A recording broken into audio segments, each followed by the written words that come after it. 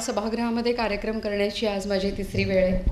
आपल्यापैकी काही जणांना आठवतही असेल, अरुणा ढेरे यांची सीतेची गोष्ट या दीर्घकथेचं अभिवाचन आणि विवेचन मी इथे केलं होतं.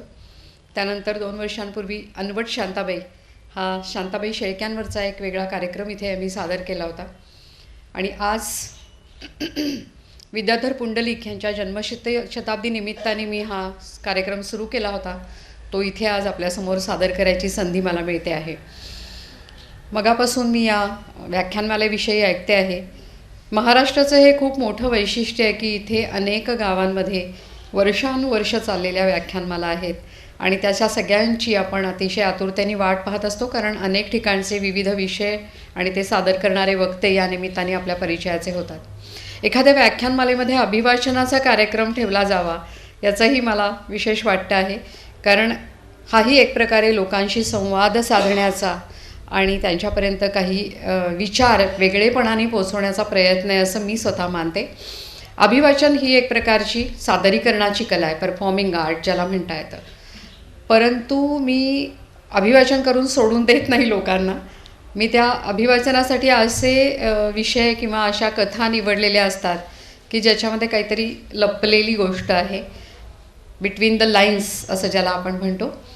आणि त्यामुळे ते बिटवीन द लाईन्स काय आहे हे उलगडण्याचा माझा प्रयत्न असतो. ते करता करता मला स्वतःलाही काही गोष्टी नव्याने जाणवतात आणि त्याही पोचवण्याची आंतरिक इच्छा असते आणि त्यामुळे मी हे कार्यक्रम करते. आज दवणाचा इथे 10वा प्रयोग मी करते आहे आणि ज्येष्ठ कथाकार विद्याधर पुंडलिक यांच्या लेखिनी म्हणजे लेखिका मोनिका गजेंद्र गडकर यांनी मला पुंडलिकांच्या जन्मशताब्दी वर्षामध्ये असं म्हटलं की तू अण्णांच्या कथांवर बोलशील का. तर मला आवडलंच असतं बोलायला, पण म्हटलं की किती लोकांनी पुंडलिकांच्या सगळ्या कथा वाचल्या आहेत. पुंडलिक म्हटलं की 2-3 कथा लोकांना आठवतात. आजी शरण येतेसारख्यावरती मालिका झाल्यामुळे अशाच काही कथा. बाकी लोक आता इतक्या जुन्या कथाकारांच्या कथा वाचतात का? मग त्या कथांवर आधारित बोलण्यापेक्षा एखादी कथा वाचावी आणि त्या कथेच्या अनुषंगाने कथाकार म्हणून पुंडलिकांची काय ताकद आहे आणि किती वेगळेपण आहे त्यांच्या लेखनामध्ये ते लोकांच्या समोर मांडावं असा विचार आम्ही दोघींनी केला. आणि महाराष्ट्र साहित्य परिषदेमध्ये ह्याचा पहिला प्रयोग आम्ही सादर केला. तेव्हापासून वेगवेगळ्या ठिकाणी दवणा ह्या शीर्षकाविषयीची एक उत्सुकता आणि पुंडलिकांविषयीची आस्था, प्रेम यामुळे वेगवेगळ्या ठिकाणी ह्याचे प्रयोग मला करता येत आहेत. त्यातला आज हा आपल्यासमोर सादर करीत असलेला प्रयोग क्रमांक 10. मगाशी निवेदक मॅडम असं म्हणाल्या की स्त्री दोषांवरती वगैरे, तर तसं काही नाही आहे. हे मुद्दाम सांगते कारण काहीतरी आपण कल्पना मनामध्ये घेऊन ते ऐकायला लागतो आणि मग तसं ते नसलं की कुठेतरी अपेक्षाभंग होतो. तर ही अगदी एक वेगळ्या धाटणीची अशी कथा आहे. ती काय वेगळी आहे ते आपल्याला ऐकून कळेलच आणि त्यानंतर मग विवेचनातून सुद्धा काही भाग त्याच्यातला उलगडता येईल. तर सादर करते दवणा.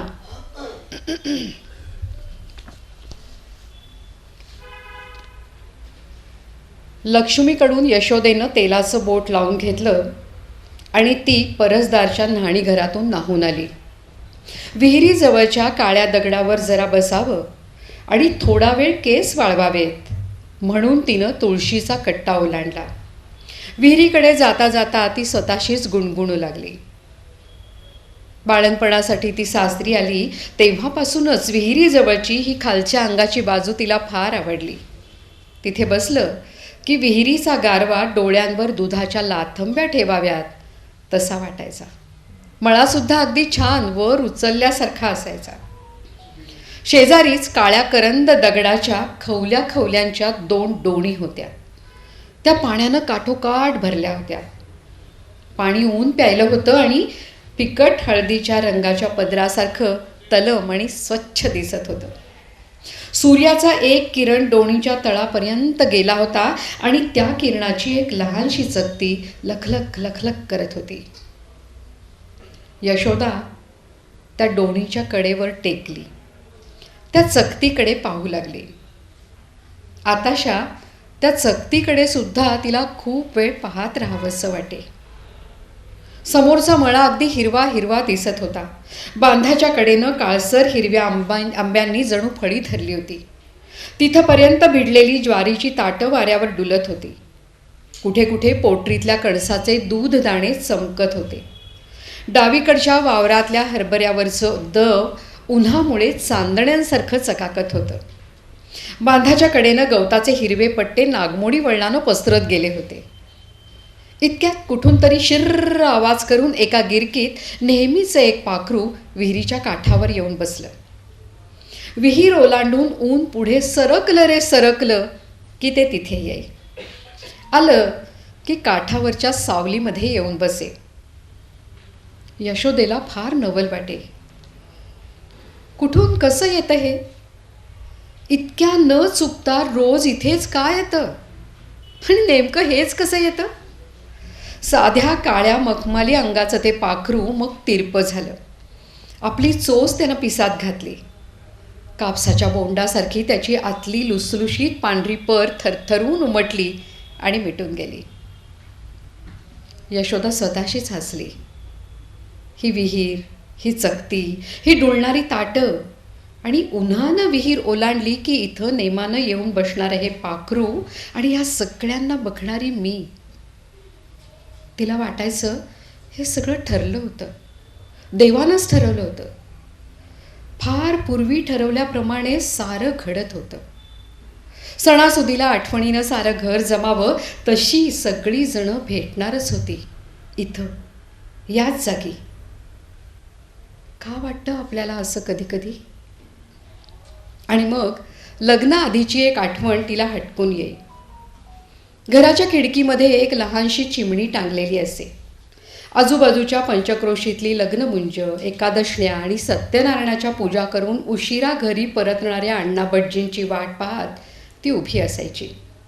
आकाशातल्या चांदण्या घरामागच्या बखळीतल्या गवताच्या पांढऱ्या फुलांसारख्या दिसायच्या.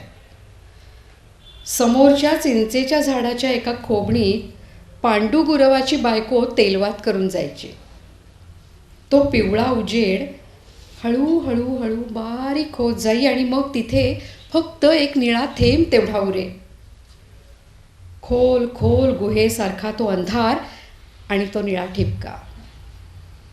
वाटे कोणाच्या तरी येण्याची, देवाकडून काहीतरी घडण्याची हे सगळेजण वाट पाहतायत. तेव्हा तिला जे वाटायचं ते आज इतक्या वर्षांनी इथे घडत होतं. आता सुद्धा तिला तेच वाटत होतं की काहीतरी घडणार आहे. कुणीतरी कशाची तरी वाट पाहतोय. इतक्यात हळूच एक वास आला. मागून येऊन लबाडीनं डोळे झाकावे तसा. कुठला बरं हा वास? दवणा. हो, दवणाच. एकेकाळी दवण्याच्या वासानं आपण किती वेड्या व्हायचो. रामजन्माच्या वेळी देवळामध्ये खूप दवणा यायचा. पिलूबुवा फलटणकर कथा सांगायचे की गर्भारशी कौसल्यामाई जिथं जिथं जाई तिथे तिथे मागून दवण्याचा नुसता घमघमाट येई म्हणे. केवढी भाग्याची असेल कौसल्यामाई. पण ती एकदम दचकली. मागच्या लिंबाची पानं फडफडून हलली. कुठला तरी एक पक्षी फडफडाट करीत कर्कश ओरडला. विहिरीवरच्या पाण्यामध्ये अंग धुणाऱ्या चिमण्या कलकलून ओरडायला लागल्या आणि 2 कावळे हवेतल्या हवेत वेड लागल्यासारखे एकाच रिंगणात गर गर गर फिरू लागले. आणि यशोदेला तो दिसला. बांधावरच्या हरळीतून तो जात होता तर हरळी भुरभुरत पेटत चालली आहे असं वाटलं. क्षणभर थांबून मागे झुकून त्यानं आपली फडा काढली. या वास्तूचा जणू तो राजा होता. ऐश्वर्यानं डुलत होता. त्या रुंद पिवळ्या फड्यावरचे गोल गोल काळ्या अंगठी एवढे ठिपके यशोदेला इतक्या लांबूनही स्पष्ट दिसले. तो खूप दूर होता तरीही यशोदेनं त्याला ओळखलं. त्याची छाती धक धक धक करू लागली. तोंड गळा घामानं अगदी ओलं झालं. भीतीनं नाही, पण तो अगदी स्वप्नातल्यासारखा दिसत होता म्हणून. तोच रंग, तीच लावणी, तेच ते फड्यावरचे काळे ठिपके. दिवस चढल्यापासून तो कितीतरी वेळा तिच्या स्वप्नात आला होता. पाठमोरा असल्यानं त्याचे फक्त डोळे दिसत नव्हते. अगं ए पोरी, किती वेळची उन्हात बसली आहेस? मला जरा कणिक मळून देतेस ना? ओचा पदर खोवलेल्या पार्वतीबाईंचा आवाज यशोदेच्या कानांवर आला आणि ती दचकली. कुठे ग बघतीयस तू? कुठे ग जातात तुझे डोळे मधूनच? यशोदेनं फक्त आपलं बोट तो आला होता त्या दिशेनं केलं. मी इथं बसले होते, तो दवण्याचा वास आला. कुठून येतो म्हणून बघितलं तो. पार्वतीबाईंनी झटकन तिकडे पाहिलं आणि त्यांनी सुनेचा हात घट्ट धरला. श्वास रोधून तिनं दाखवलेल्या जागेकडे पाहिलं, पण तिथं आता काहीच नव्हतं. फक्त ओल्या मातीवर दोरखंड ठेवावा तसा एक अस्पष्ट पट्टा तेवढा उठला होता. दवण्याचा घमघमाट सुटला होता म्हणतेस? आणि त्यांचा सुनेच्या हातावरचा हात सुटला. त्यांनी दगडावर एकदम वसकणच घेतली. तुलाही दिसला तो? इतक्या वर्षांनी तोच, पुन्हा तोच? म्हणजे? अजूनही त्यांच्याकडे पुरेसं लक्ष नसलेल्या यशोदेनं वळून विचारलं. इतका वेळ ती त्या ओल्या पट्ट्याकडेच पाहत होती. काय सांगायचं, यशवंता पोटात होता तेव्हाही मला तो दिसला होता. पिवळ्या धमक रंगाचा आहे, काळे ठिपके आहेत अंगावर, पुरुषाच्या चांगला 3 हात लांब आहे. यांच्या वेळी यशोदेनं एकदम आपले हात छातीवर ठेवत विचारलं. हो, सांगते काय मग?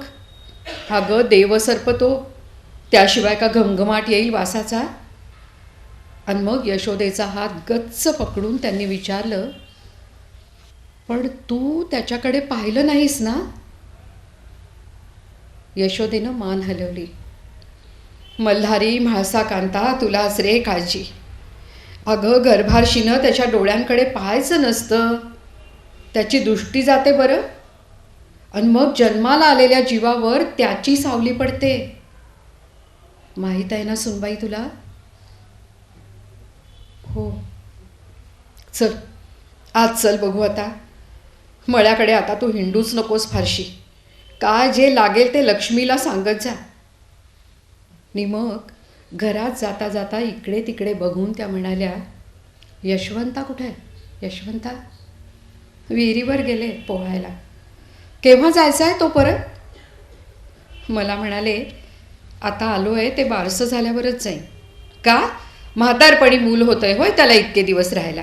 निलाजरा मेला. नि मग आपला आवाज अगदी आत ओढून घेत त्या तिला म्हणाल्या, हे बघ, त्याला यातलं काही सांगू नको बरं एका शब्दानं. मुलखाचा भडक टाळक्याचा आहे तो. यशोदा आपल्याशीच हसली. आपल्या सासूच्या पोटात किती गोष्टी राहतात हे तिला एव्हाना चांगलं ठाऊक झालं होतं. मंगळवार गेला. यशवंतानं तिला काही न विचारताच गेला.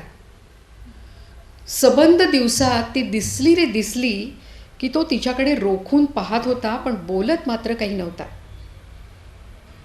सकाळचं कामधाम होऊन जेवणं आटपली तशी यशोदा सतरंजी घेऊन वरच्या माडीमध्ये जाऊन लवंडली. अजूनही कालच्या आठवणीनं तिची छाती धडधडत होती. माडीमध्ये अंतरावर निळ्या आणि पांढऱ्या रंगाच्या हंड्या लटकत होत्या. त्यात एवढा मोठा मळा अगदी लहानसं रूप घेऊन दिसत होता. टोकाकडच्या बाराला आलेल्या मोसंब्यांचे पिवळे ठिपके सुद्धा त्यात दिसत होते. कावेनं फुलाफुलांची नक्षी काढलेल्या पांढऱ्या कोनाड्यात त्या दोघांच्या लग्नाचा एक फोटो होता. वारा आला की पांढऱ्या काचेच्या फुंकण्यांच्या तोरणांमधला निळा मोर किणकिणून मागे पुढे हिंकळत होता.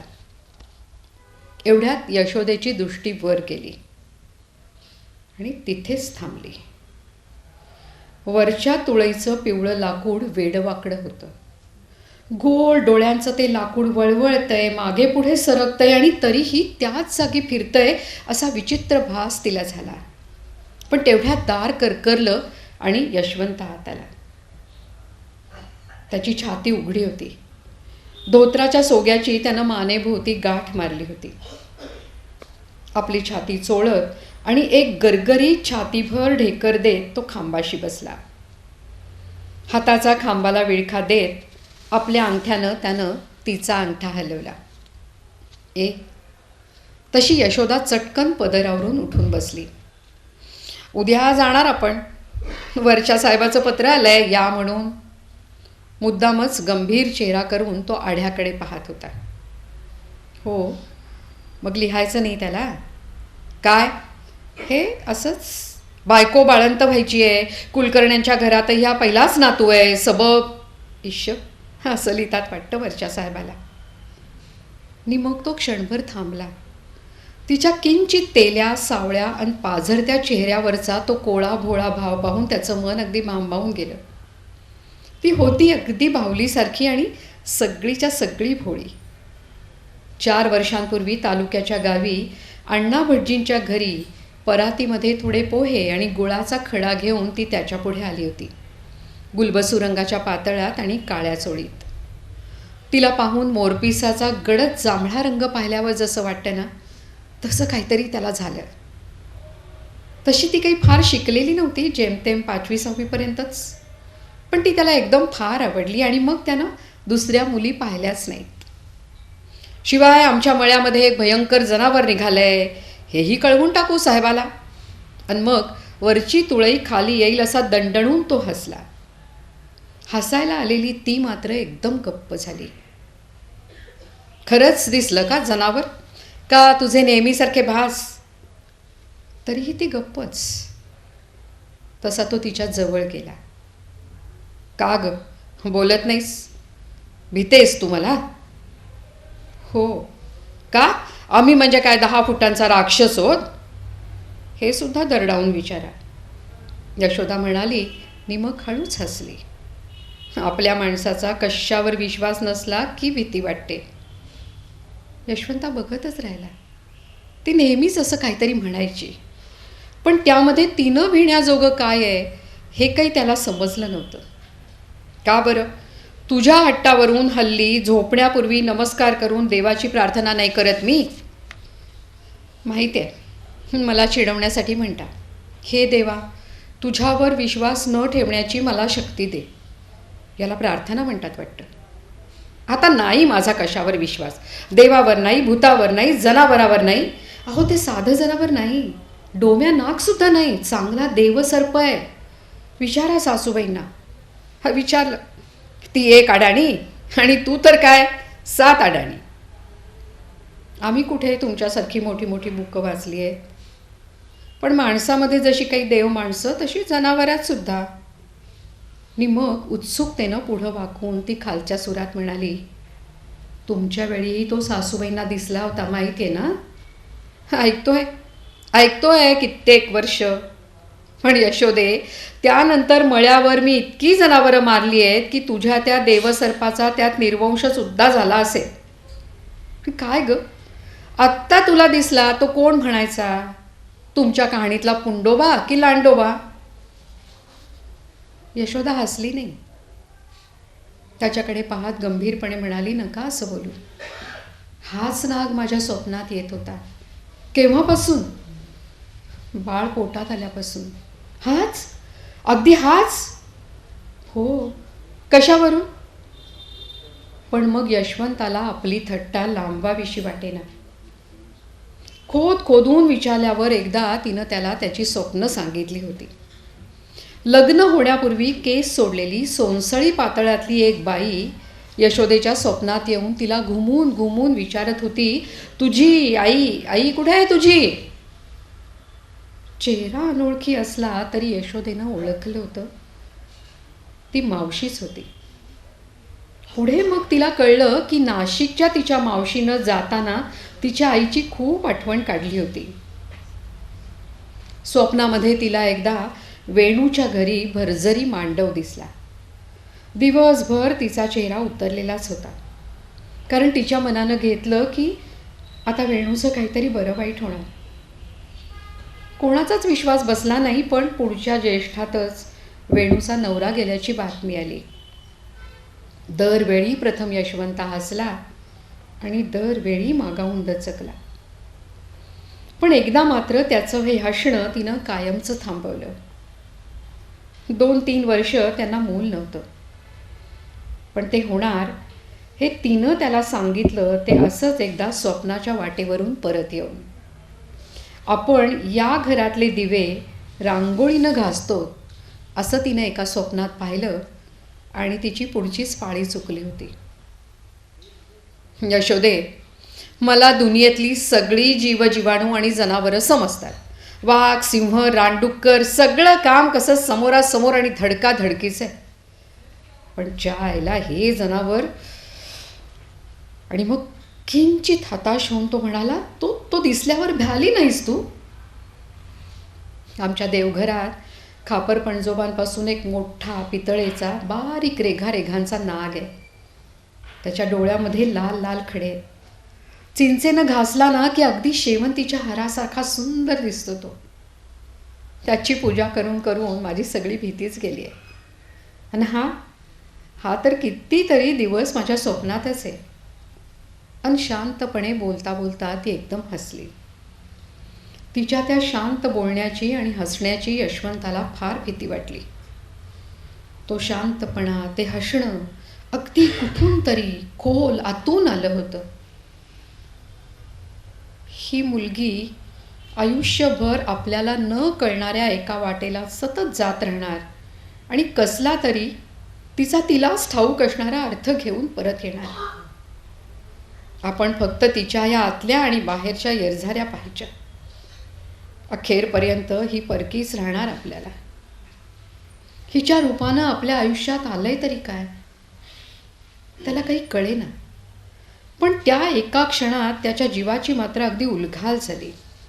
इतक्यात यशोदा वेदनेनं कळवळली, किंचित कणली. तिच्या पोटातला जीव फिरला आणि ते धबधबून उडालं. काय ग, कळ आली? आत्ता सासूबाई हव्या होत्या इथं. त्यातल्या त्यात हसून ती म्हणाली, कशाला?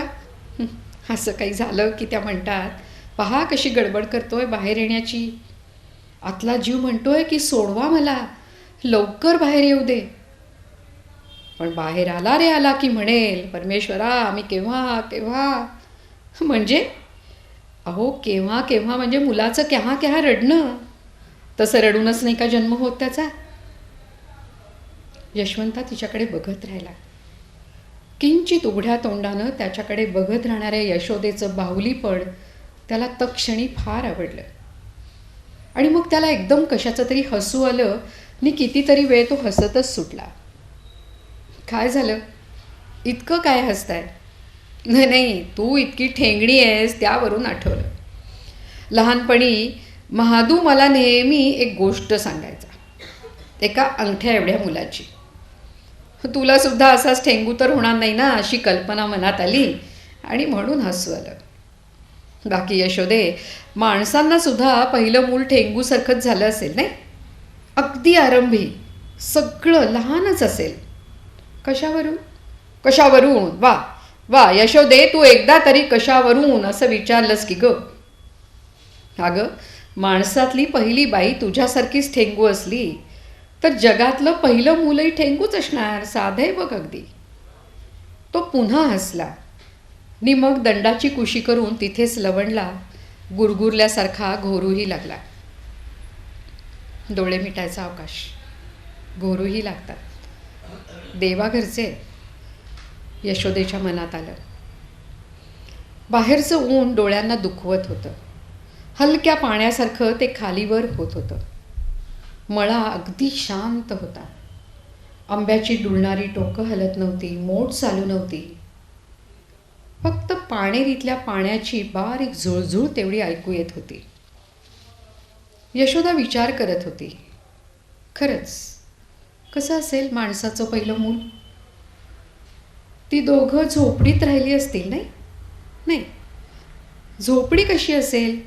गुहा असेल. गुहाच, अगदी जंगलात. पण बिचारीचा नवरा कसा होता आणि कुणासारखा होता? कसं असेल बरं तिचं रंगरूप? आणि आपल्याला दिवस आहेत हे तरी तिला कसं कळलं असेल की कौसल्येसारखा तिच्या पावलांमागूनही कशाचा तरी वास उमटला असेलच. आणि मग पाण्याच्या जुळुजुळू तालावर हळूहळू तिचा डोळा लागला. काही वेळानं ती उठली, परसदारी गेली. कोपऱ्यातील गोकर्णीच्या वेलीपाशी थांबली.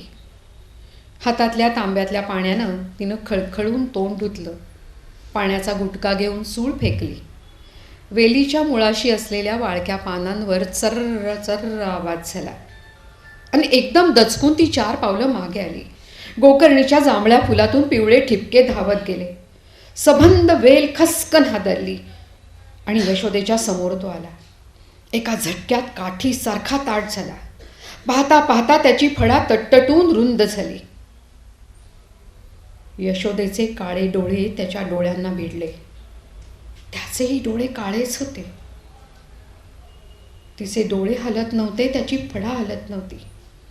त्याच्या पांढऱ्या पोटाच्या रेघा हलत नव्हत्या, तिचे ओठ हलत नव्हते. आणि मग एकाएकी विस्तवासारख्या लाल ठिणग्या यशोदेच्या डोळ्यांसमोर फुटल्या. त्यांचा चूरच्या चूर तिच्या डोळ्यांसमोर उधळला गेला. आपल्या अंगाच्या कडेकडेनं जाळासारखं काहीतरी भुरभुरून पेटलंय असं तिला वाटलं. तडकलेल्या काचेच्या तुकड्यातून सूर्याचे किरण वेडे वाकडे डोळ्यात घुसावेत तसं काहीतरी तिच्या डोळ्यांसमोरून लखलखून गेलं. तिनं डोळे उघडले. शेपटीवर ताठ उभं असलेलं त्याचं तट्टटलेलं अंग एकदम निर्जीव आणि लुळंपाळं होऊन खाली आलं होतं. फडा नाहीशी होऊन सपाट झाली होती. प्राणांतिक वेदना व्हाव्यात तसा तडफडून तो धुळीत लोळत होता. आणि मग आपल्याच भोवती तो गोल गोल फिरू लागला. जणू त्याला पुढे सरकताच येत नव्हतं. यशोदे, थांब थांब, हलू नकोस तिथून. यशवंताचं ओरडणं तिला ऐकू आलं. घरातून सगळी जण धावत आली. यशवंताच्या आणि तात्यांच्या हातामध्ये काठ्या होत्या. पण आता तिथे कुणीच नव्हतं. फक्त गोकर्णीच्या वेलाच्या 4-2 काटक्या आणि फुलं तेवढी खाली पडली होती. सगळे जण यशोदेभोवती जमले. कुठून आला, कसा गेला, आणि तू आधीच कशा हाका नाही मारल्यास? 1 नाही 2 नाही, यशोदा काही बोलतच नव्हती. तिनं तिचे डोळे गच्च मिटून घेतले होते. अखेर यशवंतानं तिचे खांदे गदगदा हलवत तिला विचारलं, यशोदे काय झालं? तिनं आपली नजर त्याच्यावरून फिरवली. ती नजर पाहताच यशवंताचा जीव तुटला. त्याच्या छातीचे ठोकेच चुकले. किती लाल दिसत होते तिचे डोळे. तिथून एखादा अश्रू आला असता आत्ता तर तो देखील रक्ताचा आला असता. इतका वेळ पार्वतीबाई मात्र काही बोलल्या नव्हत्या. पण काय झालं असावं हे त्यांना समजलं होतं. त्या शांतपणे म्हणाल्या, तुम्ही सगळेजण आत चला बरं. यशवंता, तूही चल आत. मी आणते तिला हळूहळू. सगळे आत गेल्यावर पार्वतीबाई म्हणाल्या, सुनबाई, अखेर तुम्हा दोघांची गाठभेट झालीच ना. अदृष्टात व्हायचं ते टळायचं नाही बघ कधी. आणि मग सगळेजण यशोदेला जपू लागले. रात्री वाड्यामध्ये महादूबरोबरच आणखी एक गडी आला. यशवंताचे वडील तसे जिद्दीचे. हौस म्हणून रीतिरिवाजाविरुद्ध जाऊन सुनेला त्यांनी पहिल्या बाळणपणासाठी इथं आणलं होतं. वरपांगी त्यांनी सारं हसण्यावारी नेलं, पण मनातून तेही चरकले. आणि गडी माणसांकडून मळ्यातली 4-5 वारुळं त्यांनी खणून काढली. वाड्याची बिळं लिंपून घेतली. कुठे कुठे मिरचीच्या धुऱ्या लावल्या. पार्वतीबाईंच्या सांगण्यावरून बाभळीच्या रानातून बरीच बाभळीची झुडपं परसदारी मोरीच्या भोवताली आणून टाकली. याला सांग त्याला सांग करता करता शेजारच्या गावातून एक मांत्रिकही आला. त्यानं वरची माडी मंत्रून टाकली. वृंदावनाखालच्या वास्तुपुरुषाला आणखी एक नारळ फोडला गेला. त्या आठवड्याचा एक एक दिवस सगळ्यांनी अगदी मोजून काढला. पण त्या 7 दिवसात तो कुणालाच कुठेच दिसला नाही. मग मात्र सगळीजणं थोडी निर्धास्त झाली. पण निर्धास्त नव्हता यशवंता. तो संतापानं उभा पेटला होता. त्या दिवसाचे रक्त साखळून आल्यासारखे झालेले यशोदेचे डोळे तो विसरला नव्हता, विसरायला तयारही नव्हता. त्याच्या नजरेमध्ये आता खून साखळला होता. त्याचं आणि त्या जनावराचं वैर या 8 दिवसातलं नव्हतं. ते फार फार जुनं होतं. हातामध्ये एक वेताची काठी घेऊन तो सतत त्याच्या मागावर होता. देवडांगराचे वेल, कारल्याचे मांडव, विहिरीचे काठ तो सतत ढुंडाळत होता. कधी शांतपणे तर कधी पिसाटासारखा. त्याचंही शरीर आता तटतटलं होतं. तू यशोदेला गाठ, मी तुला गाठतो. तिची तुझी गाठभेटही ठरली असेल तर माझी आणि तुझी गाठभेटही ठरलीच आहे. तुझ्या शेपटाचं टोक जरी दिसलं ना तरी तू आता जित्ता राहत नाहीस. पण इकडे यशोदेच्या चेहऱ्यावर मात्र गर्भाची लाल छाया चढली होती. तिच्या लहानखुऱ्या पावलांपर्यंत गेली होती. तिचं बाहुली पण आता संपलं होतं.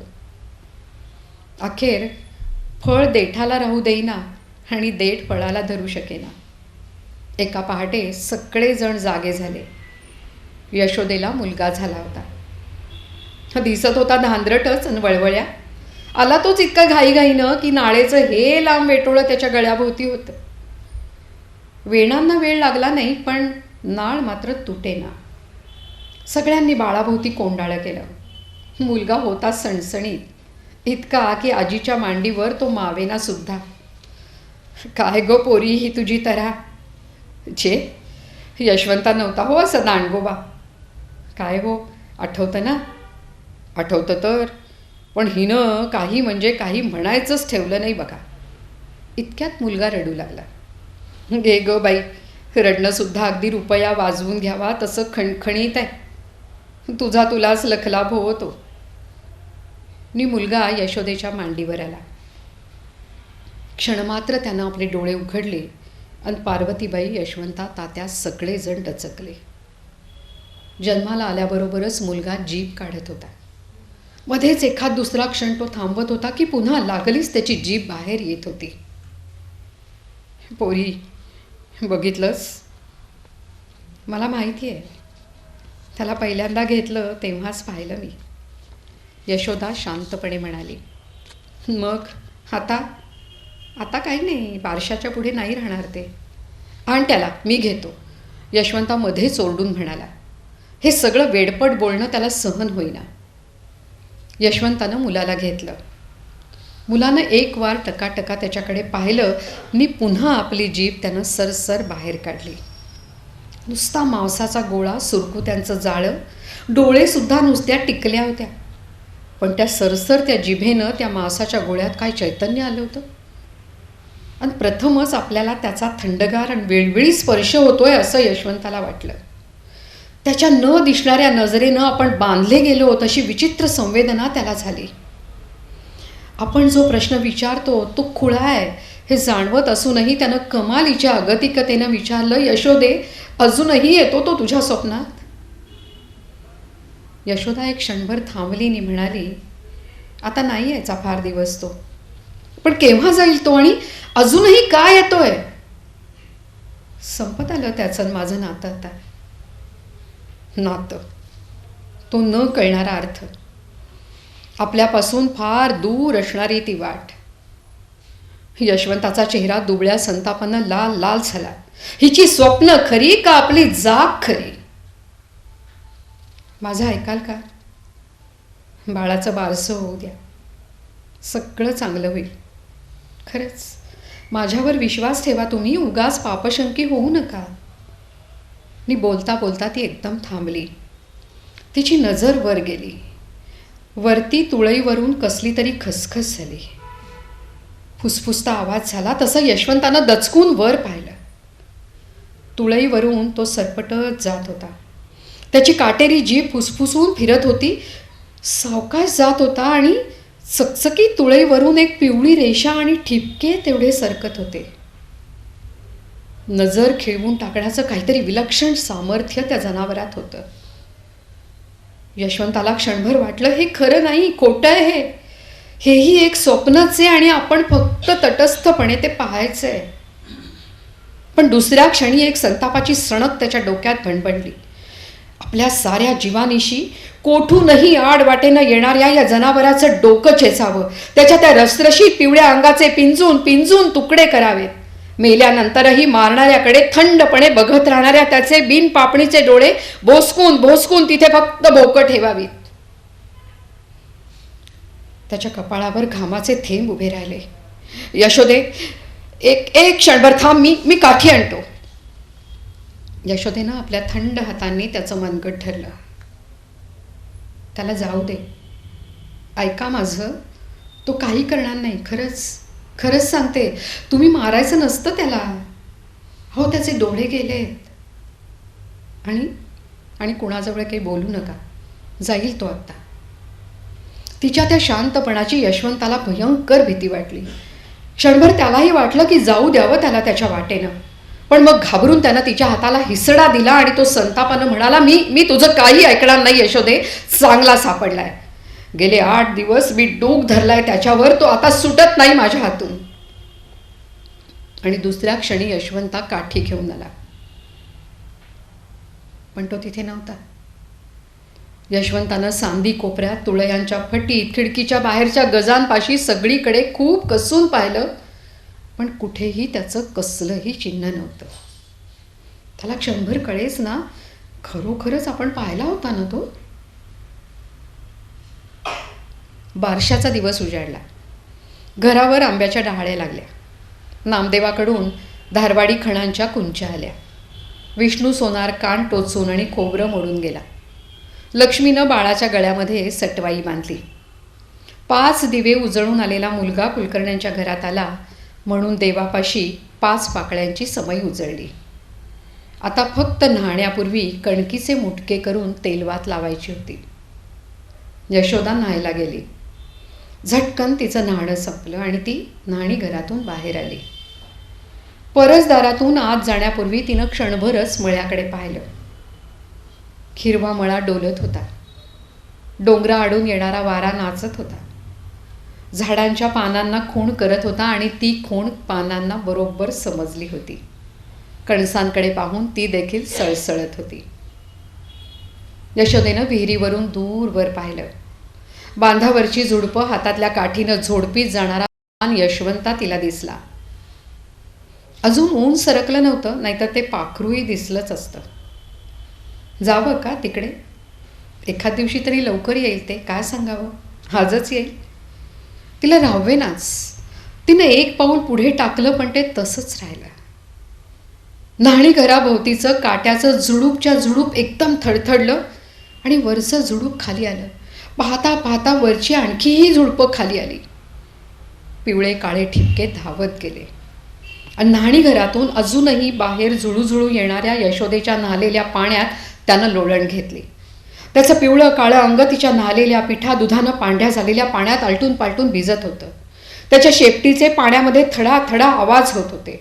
पाणी बाहेर उसळून येत होतं. आणि मग आपल्या अंगाचं वेटोळं करून तो तिथेच क्षणभर स्तब्ध राहिला. आणि मग जमिनीच्या गर्भातून पाण्याची धार उसळून यावी तशी त्यानं तिथून उंच उडी घेतली आणि सळसळत सळसळत तो यशोदेच्या समोर आला. क्षणात काठीसारखा ताट झाला. त्याच्या डोक्यातून ती रुंद चांदकी एवढी फडा एकदम उमलली. त्याची पिवळी ओली कांती उन्हामध्ये चमकू लागली. काळे डोळे चकाकू लागले. यशोदेच्या तोंडाकडे एकटक बघत थरकत थरकत तो आपल्या फडेनं डोलू लागला.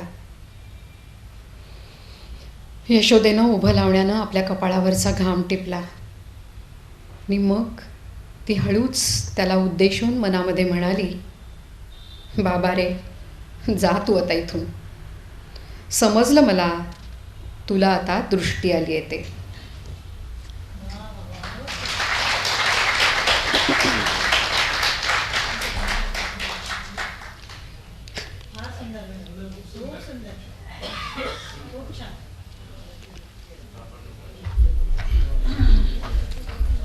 कथाकार म्हणून एक मिनिट मला बोलायचं आहे.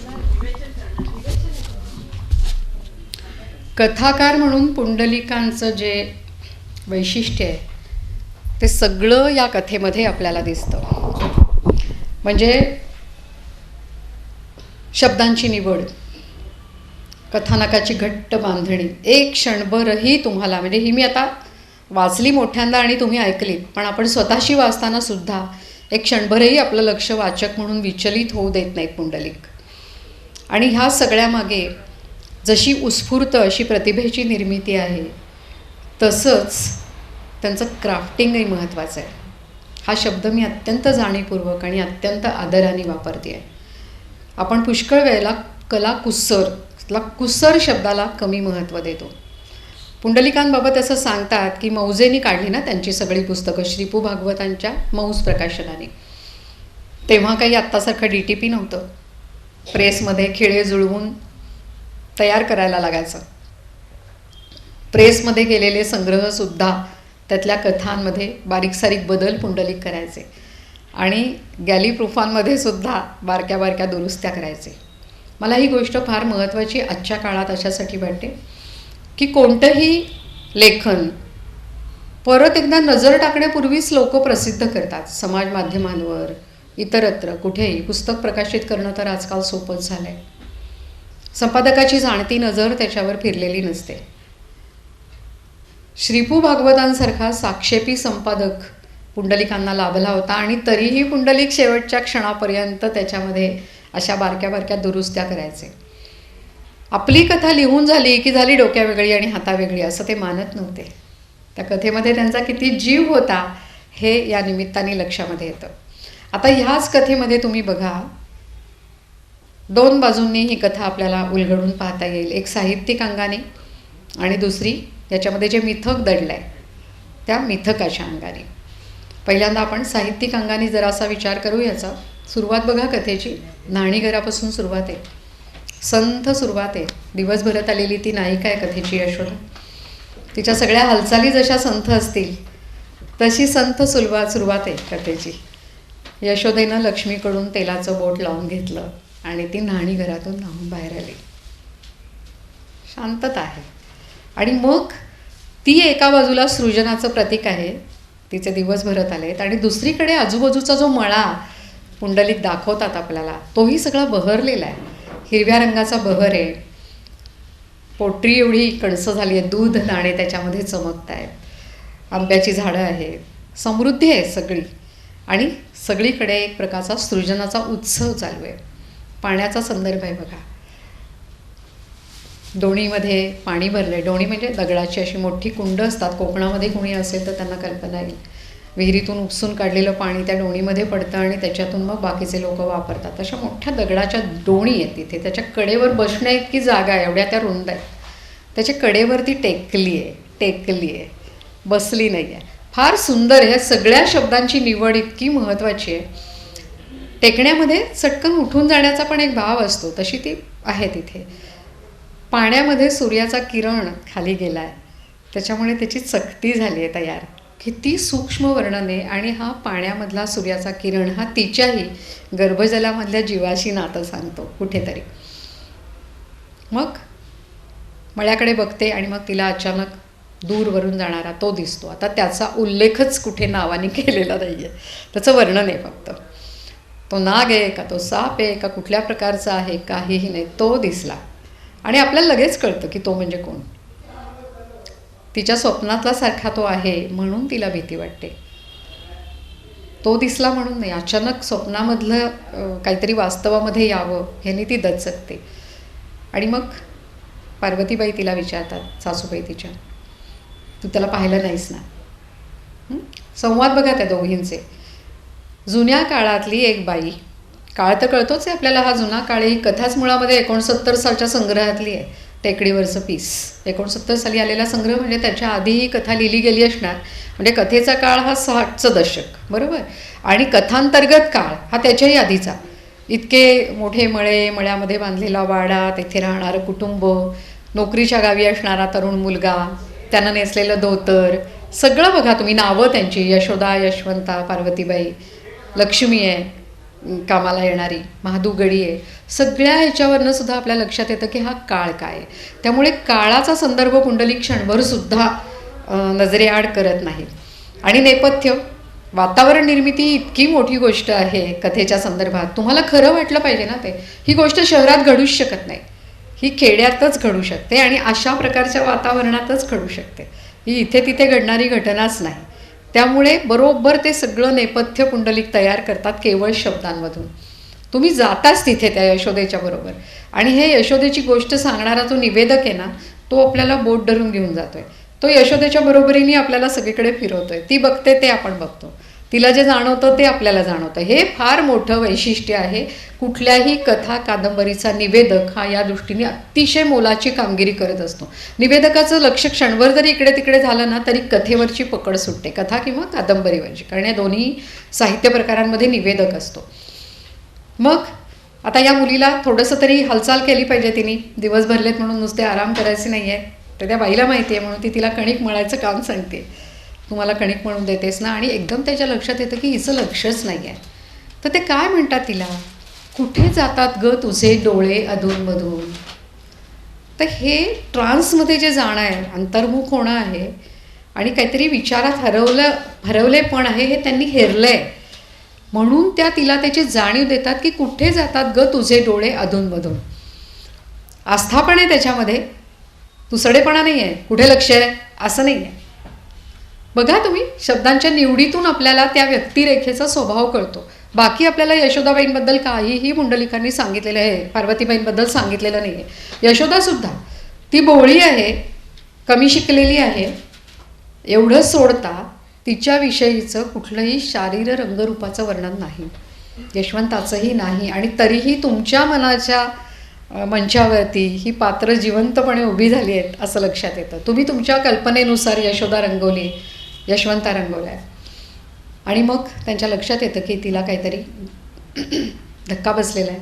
ती सांगते, दवण्याचा वास आला असा उल्लेख ती करते.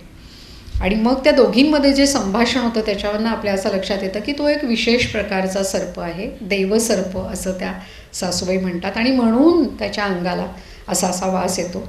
तो जात असताना अंगाला, म्हणजे त्याच्या अस्तित्वाची जाणीव तो वास करून देतो. आणि मग ती बाई काय म्हणते सासू तिची, की तू त्याच्याकडे पाहिलं नाहीस ना, गर्भवतीने त्याच्या नजरेला नजर द्यायची नसते, त्याची दृष्टी जाते आणि मग त्याची छाया गर्भावर पडते. हे वाक्य फक्त लक्षात ठेवा. ते मिथकाच्या अंगाने कसा त्याचा उलगडा करायचा ते बघू आपण. आणि मग स्वाभाविकपणे सगळं त्या काळचे सगळे उपाय तिला जपण्याचे, मग ते बाबळीची झुडपं म्हणा, वारुळं खणून काढली, सगळेजण दक्ष झाले वगैरे वगैरे. आणि सगळ्यांची नजर चुकवून तो तिच्या अवतीभोवती आहेच, कारण तिलाच दिसतोय. कधी तिला भास होत आहेत वरच्या तुळईचं लाकूड वेडं वाकडं होतं, तिथे तो आहे की नाही आपल्याला कळत नाही. नुसतं तिला असा भास झाला. तिला जिकडे तिकडे जसा स्वप्नात तसा आता प्रत्यक्षात सुद्धा तो दिसतो आहे. आणि मग त्या दोघांमधलं संभाषण आहे. सगळ्यांची कामधाम आटोपली, ती माडीवरती गेली. ते माडीचं वर्णन किती सुंदर आहे. म्हणजे त्या काळच्या वाड्यामध्ये अशी एखादी माडी असणं आणि त्या माडीमध्ये त्या हंड्यांमध्ये मळा छोटंसं रूप घेऊन दिसत होता. ते पुन्हा सृजनाशी संबंधित आहे की बीजरूपाने ह्या सगळ्या सृष्टीचं एक बारीकसं प्रतीक रूप हे यशोदेच्या पण गर्भामध्ये आहे असंही ते. त्या म्हणून त्या मोठ्या हंड्यांमध्ये मळा छोटंसं रूप घेऊन दिसत होता. रंग बघा त्याच्यातले. पुंडलिकांच्या या सबंध कथेमध्ये इतकं सुंदर रंगभान व्यक्त झालं आहे. जांभळा रंग, गोकर्णीची पिवळी फुलं, पिवळे काळे ठिपके, मंद होत जाणाऱ्या दिव्याचा शेवटी उरणारा निळा ठिपका, अंधारी ती ढोली, त्या वडाच्या खोबणीमध्ये ती पांडुगुरवाची बायको दिवा लावते तो पिवळा उजेड, उन्हाची पिवळी चकती, सगळीकडे या रंगांची इतका सुंदर मेळ पुंडलिकांनी घातला आहे. पहिल्यांदा तो तिला बघतो तेव्हा ती गुलबसू रंगाच्या पातळ्यात आणि काळ्या चोळीत त्याच्यासमोर आले. रंग हे सगळे इतके सतेज, इतके लखलखी, ज्याला आपण व्हायब्रंट म्हणतो, अशा प्रकारचे रंग या कथेमध्ये वापरलेत. आणि कथेचा सगळा आशयसुद्धा तसाच आहे, जोरकस आशय आहे. तुम्हाला क्षणभरही त्या आशयापासून दूर राहणं शक्य होत नाही. एकदा वाचायला घेतली की जे काय एका पायावर उभं राहत का विनापट्टी वाचून संपवायला लागते, मध्ये सोडू शकत नाही तुम्ही. तर हा जोरकसपणा या सगळ्या शब्दांमधून सुद्धा, रंगांच्या भानामधून पण व्यक्त झाला आहे असं दिसतं आपल्याला. मग त्याची आणि तिची नजरानजर होते. त्या दोघांचं संभाषण बघा, जुन्या काळातलं रोमॅन्टिक संभाषण आहे की तू मला घाबरतेस का, मी काय 10 फुटाचा राक्षस होत का. पुंडलिकांमधला जो एक मिश्किल असा अजिशरणीयतेमध्ये जो दिसतो आपल्याला, खोडकर मूल, ते आपल्याला या संभाषणात पण दिसतं. आणि हे सुद्धा दरडावून विचारा, किंवा हे देवा तुझ्यावर विश्वास न ठेवण्याची शक्ती मला दे, ह्याला प्रार्थना म्हणतात वाटतं. असा किंचितचा ह्युमर, थोडासा विनोदाचा हलका शिडकावा, संबंध तो विरोधी काम करतो. कारण तो नाक दिसल्यापासून जे काय घडलेलं आहे त्या सगळ्या ताणाला हा असा विनोदाचा शिडकावा आणि त्या दोघांमधलं थोडंसं असं प्रेमाचं संभाषण हे एक बारीकसा छेद देतं असं लक्षात येतं आपल्या. आणि मग त्या संभाषणामधून तो झोपून जातो.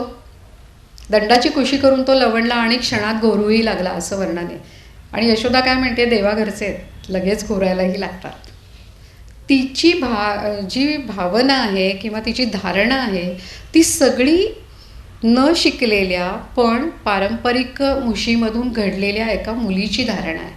तिचं घर पण कसं आहे, वडील कोण आहेत तर लग्नपुंज एकादशण्या सत्यनारायणाच्या पूजा सांगणारे गुरुजी भटजी, अण्णा भटजी असंच त्यांचं नाव आहे.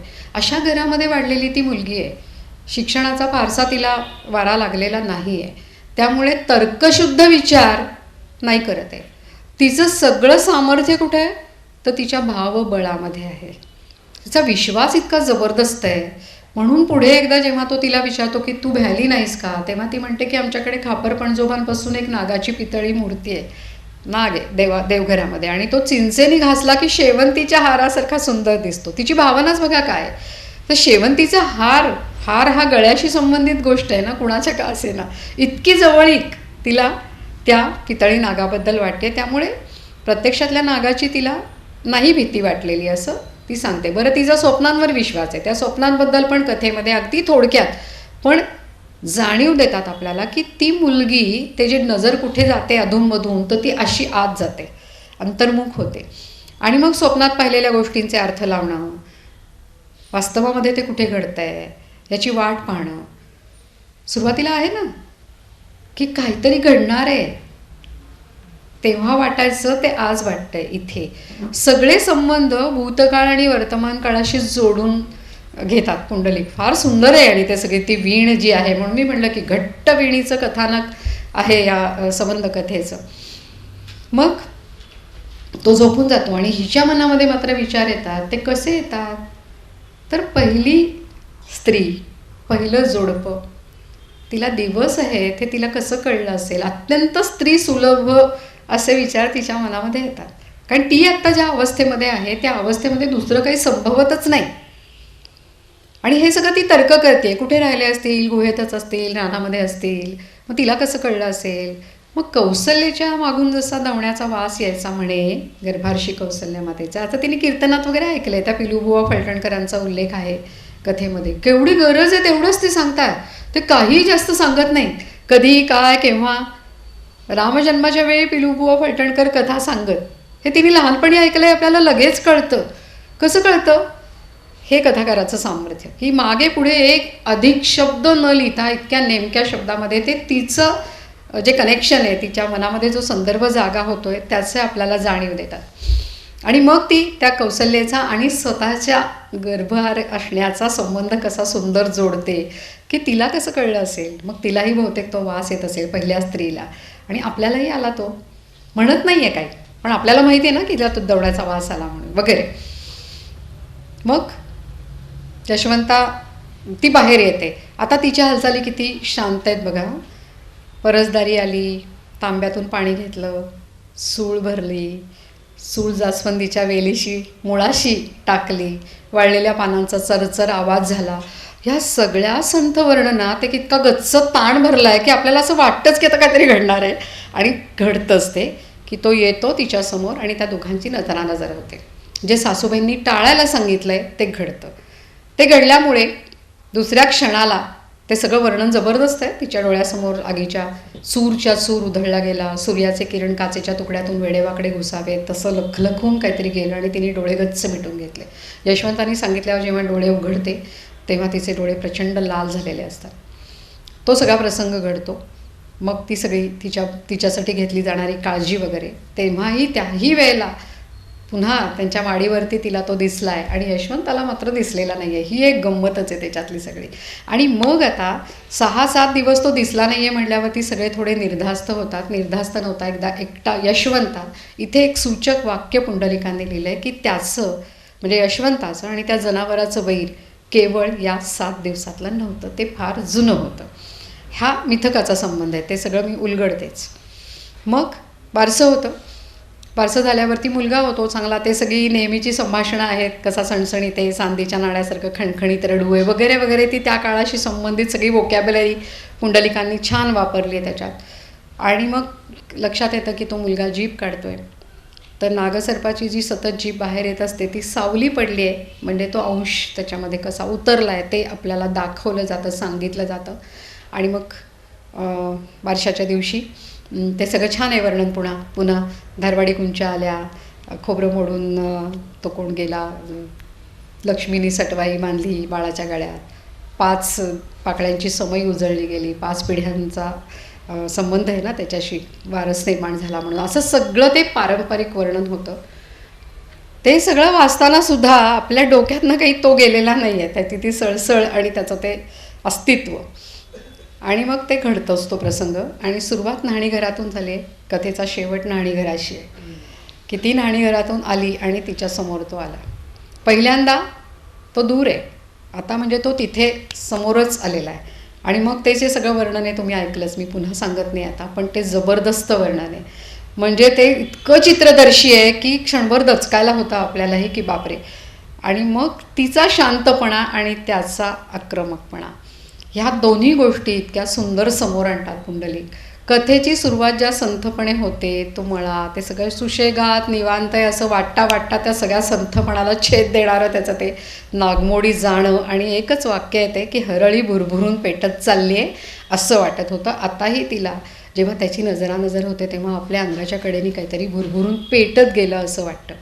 आता हे सगळं लिहित असताना पुंडलिकांच्या मनात आहे की तो नाग साप काय जो आहे तो त्याच्यातलं एक महत्त्वाचं पात्र आहे.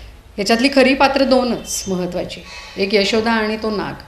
यशवंत आहे म्हणूयात आपण, ठीक आहे, महत्त्वाचं पात्र म्हणून, कारण ते पूरक आहे आणि त्या नागाला विरुद्ध बाजूला उभं आहे म्हणून. पण बाकीची सगळी अतिशय गौण पात्र आहेत. म्हणजे इतकी गौण आहेत की ती तिथे असायला हवीत कारण ती सासरी आली आहे वगैरे वगैरे. या सगळ्या गोष्टींचं पूरक काम ती पात्र करतात. आपण म्हणतो ना की फोकस ठेवायचा आणि बाकीचं सगळं ब्लर ठेवायचं, तसं त्यांनी केलं आहे. बाकी कोणालाही रंगरूप स्वभाव वैशिष्ट्य काहीही नाही आहेत, फक्त ते आहेत. सासू आहे, सासरे आहेत, कदाचित यशवंत एकुलता एक असणार, कारण बाकीच्या माणसाचा संबंधच नाही आहे, कुठे दिसतच नाहीत ते आपल्याला. त्यामुळे इतर नातेवाईकांचा, घरातल्या इतर माणसांचा काहीही तिथे पायरवसुद्धा कथेमध्ये नाही. पात्ररचनेचं हे नावांवरनं कळलं आपल्याला की ती जुनी नावं आहेत सगळी. नेपथ्य, वातावरण निर्मिती हे सगळं खूप बोलता येण्यासारखं आहे, म्हणजे याच्यावरती एक व्यवस्थित शोधनिबंध लिहून होईल. पण जाता जाता कथा कळून घेण्याच्या दृष्टीने पुंडलिकांच्या मनामध्ये हा साप सतत तिथे वावरत असल्याने पहिल्यापासून त्याचं अस्तित्व कसं गुंफलं आहे बघा आता तुम्ही. अगदी पहिल्यांदा दगडी डोणी कशा आहेत, खवल्यांच्या आहेत. दुसरं काही म्हणता आलं असतं ना, खडबडीत म्हणता आलं असतं, पण नाही. त्या काळ्या दगडाच्या खवल्यांच्या डोणी आहेत. ती पिवळी चकती, तो सूर्याचा किरण, तिथे पण तो संबंध आहे. पुढे आल्यावरती शेतात नागमोडी वळणाने वाटा गेल्या होत्या. आता विळखा, कोंडाळं, नाळेचं वेटोळं, हे सगळे शब्द तुम्ही बघा, हे त्याच्या अस्तित्वाशी संबंधित शब्द आहेत, पण ते इतके योग्य ठिकाणी आणि मुद्दाम घातले असतील असं न वाटण्या इतके सहजपणे तिथे बसले आहेत. तर ह्या सगळ्यातून सुद्धा ते आपल्याला सूचकपणे ती जाणीव देतात की हा वावरतोय तिथे. आणि मग आता तो मिथकाचा संबंध. तर मिथक असं आहे, आपल्याकडे युगानुयुग माणसाला ज्या गोष्टींचे अर्थ लागले नाहीत त्याभोवती कथा तयार झाल्या. कोणी केल्या, कोणी सांगितल्या, पुरावे नाहीत. खूप काळापासून जुन्या साहित्यामध्ये वगैरे पण हे संदर्भ आहेत. तर नागाला भूमीची म्हणजे क्षेत्रपाळ देवता असं मानलं गेलं आहे की तो या भूमीचा राजा आहे. का? त्याची का मालकी आहे? राजा असणं, सत्ता त्याची असणं, त्याची मालकी असणं, तर तो भूमिगर्भात राहतो. आणि गर्भापर्यंत पोचण्याची ज्याचा अधिकार तसा तो आहे. त्यामुळे या भूमीचा तो राजा आहे. तो क्षेत्रपाळ, क्षेत्र भूमी, तो क्षेत्रपाळ आहे, देवता आहे. ती एकीकडे सर्जनाची देवता आहे, कारण तो दरवेळी कात टाकतो आणि नवा होतो, जणू त्याचा पुनर्जन्म होतो. त्यामुळे संतती नसलेल्या स्त्रियांना नागाला नवस बोलायला सांगतात. तुम्ही लज्जागौरी पाहिलं असेल, वाचलं असेल कदाचित. तर तो स्त्री आणि नागाचा संदर्भ हा स्त्री तत्व आणि पुरुष तत्व असा संबंध आहे, जो नंतर फ्रॉइडनी 19व्या शतकाच्या उत्तरार्धामध्ये मांडून दाखवला की कामवासनेचं, जबरदस्त कामवासनेचं प्रतीक आहे नाग हे.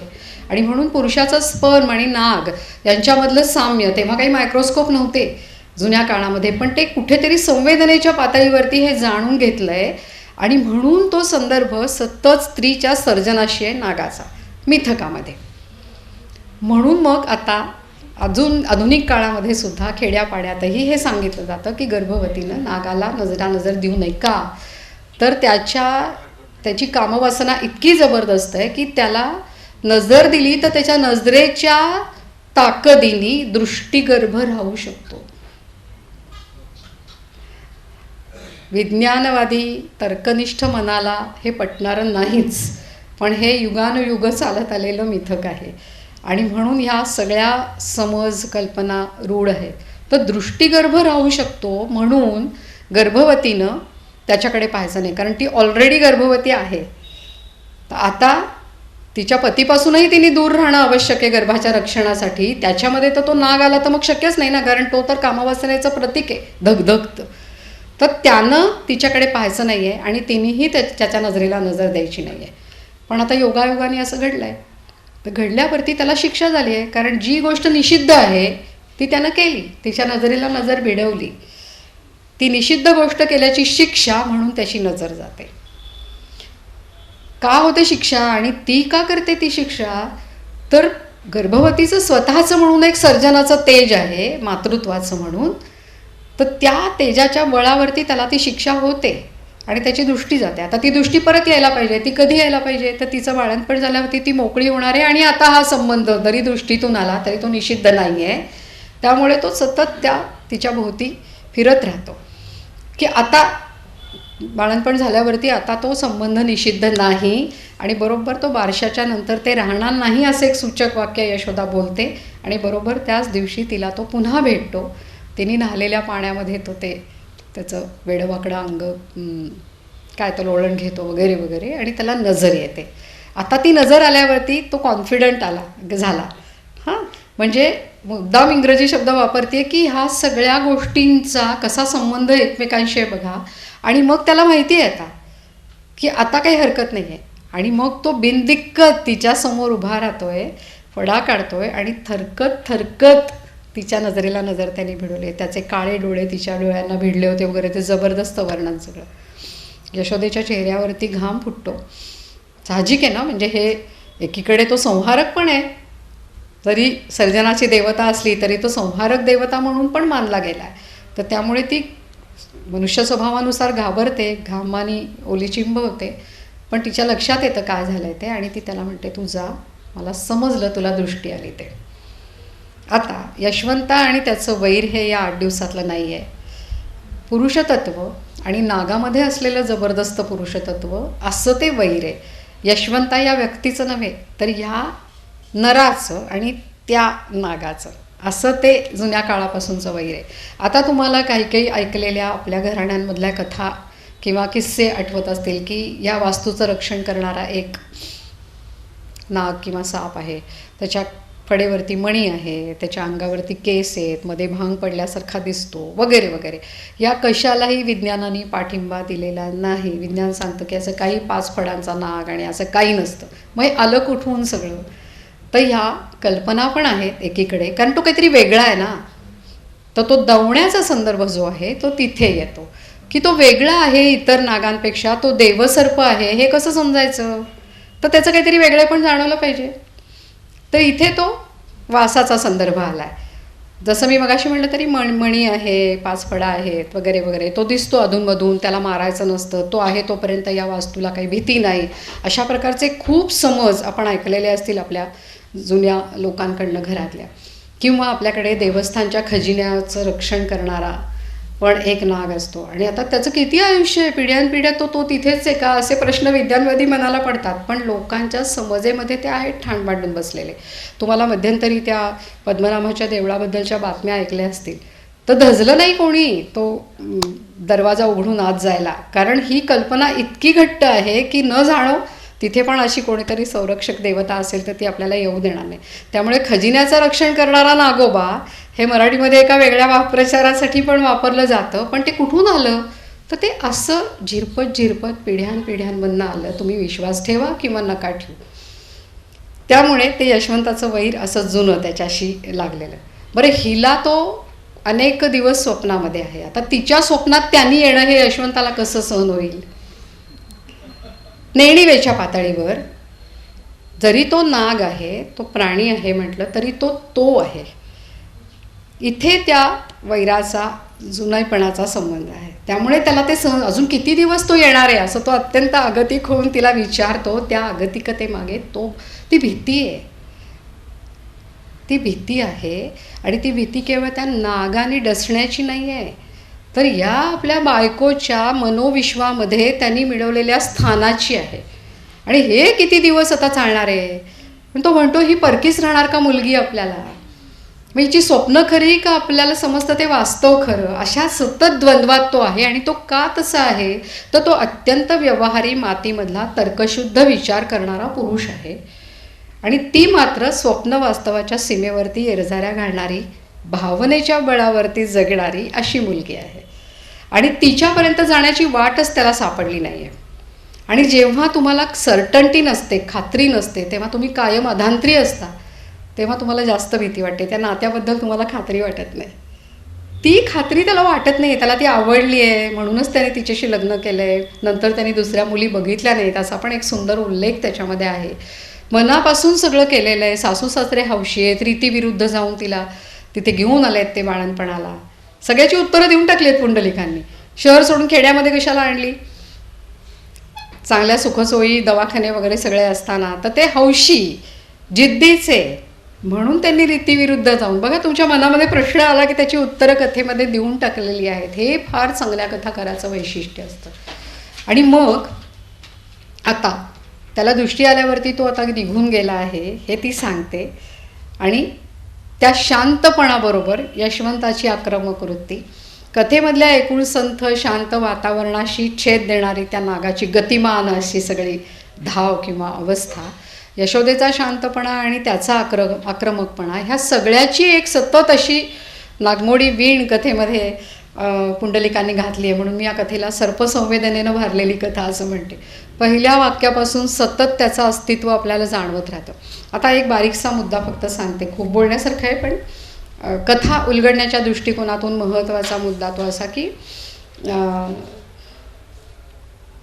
छोटीशी एक गोष्ट कथेमध्ये घडते की यशोदेला यशवंताविषयी विश्वास आहे पण त्याच्या अश्रद्धेवरती नाही आहे. आपल्या माणसाचा कशावरही विश्वास नसला की भीती वाटते असं ती एक वाक्य म्हणते बघा तिथे. येते लक्षामध्ये. आणि स्वप्न आणि स्वप्नामध्ये घडणाऱ्या या घटना याचाही उलगडा फ्रॉइडनी केला आहे, तोही मला सांगावासा वाटतो. की तो काय म्हणतो स्वप्नमीमांसेमध्ये की प्रत्यक्षात ज्या गोष्टी वेगवेगळ्या ठिकाणी असतात त्या स्वप्नामध्ये स्थानांतरण करून येतात. आपल्याला कधी कधी प्रश्न पडतो की ते कसं काय इथे, आणि मी कशाला तिथे गेले होते, आणि ही व्यक्ती कशाला माझ्याबरोबर इतक्या काळानंतर, असे जे आपल्याला प्रश्न पडतात त्या सगळ्या प्रश्नांची ती उत्तरं आहेत. आणि तिला मात्र त्या सगळ्यावरती विश्वास आहे. आणि त्या विश्वासाच्या बळावरती तिचं जे काय जी ताकद आहे ती ताकद आहे. दरवेळेलाच काही बुद्धीवरती जोर द्यावा असं नसतं. काही जणांची आपण विशफुल थिंकिंग वगैरे जे म्हणतो ते सगळं ते का आपण विशेष देतो, शुभेच्छा देतो, कारण आपला विश्वास असतो की मी चांगली इच्छा केली तर चांगलं होईल दुसऱ्या माणसाचं, म्हणून वाईट चिंतू नका वगैरे, अशा ज्या सगळ्या कल्पना आहेत त्या त्याच्यातून आलेल्या आहेत. आता ह्याच्यातला हा जो भाग आहे हा अंधश्रद्धेकडे न जाता एका मिथकाच्याकडे कसा जातो, त्या धारेवरती आहे हे सगळं. ते कसं, तर हा निवेदक नाहीच सांगत आहे हे आपल्याला. निवेदक किंवा लेखकाने जर सांगितलं असतं की असं असं घडलं की दृष्टी जाते त्याची आणि मग ती नंतर अशा अशामुळे परत येते, हे निवेदक नाहीच सांगत आहे कथेचा. हे ह्या दोन बायका बोलत आहेत. या दोन्ही बायकांचा विश्वास आहे. यशवंताच्या वेळी तो दिसला होता म्हणून पार्वतीबाईंचा विश्वास आहे आणि यशोदेचा तर आहेच आहे. गंमत बघा, त्या दोघींच्या संभाषणातून फक्त ते कळतं. निवेदक कुठेही, मी मगाशी म्हटलं तसं, तो असं सर्वनाम वापरतायत त्याच्यासाठी. त्याचा कुठेही ह्या नावाने उल्लेखच होत नाही की तो नाग आहे का सर्प आहे का काय आहे ते. ही एक गोष्ट. आणि दुसरी गोष्ट, निवेदक नाहीच सांगत. या बायका बोलतात एकमेकींशी की तुला माहिती आहे ना सुनबाई, गर्भवतीनं त्याच्याकडे बघायचं नसतं. ती जी छाया त्यांनी तिचा दृष्टीनिका विना उपभोग घेतला, त्याची छाया त्या गर्भावरती पडली आणि म्हणून ते बाळ जीभ बाहेर काढते.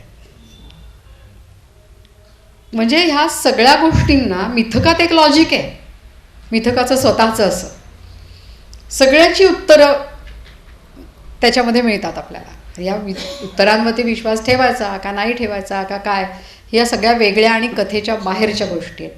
कथांतर्गत विश्व जे आहे लेखकाने उभं केलेलं, ते तुम्हाला याच्यावर विश्वास ठेवायला भाग पाडतं. आता हे मिथक उलगडावं किंवा हे मिथकच लोकांच्या पुढे मांडावं असा काही पुंडलिकांचा लेखक म्हणून विचार असेल असं नाही.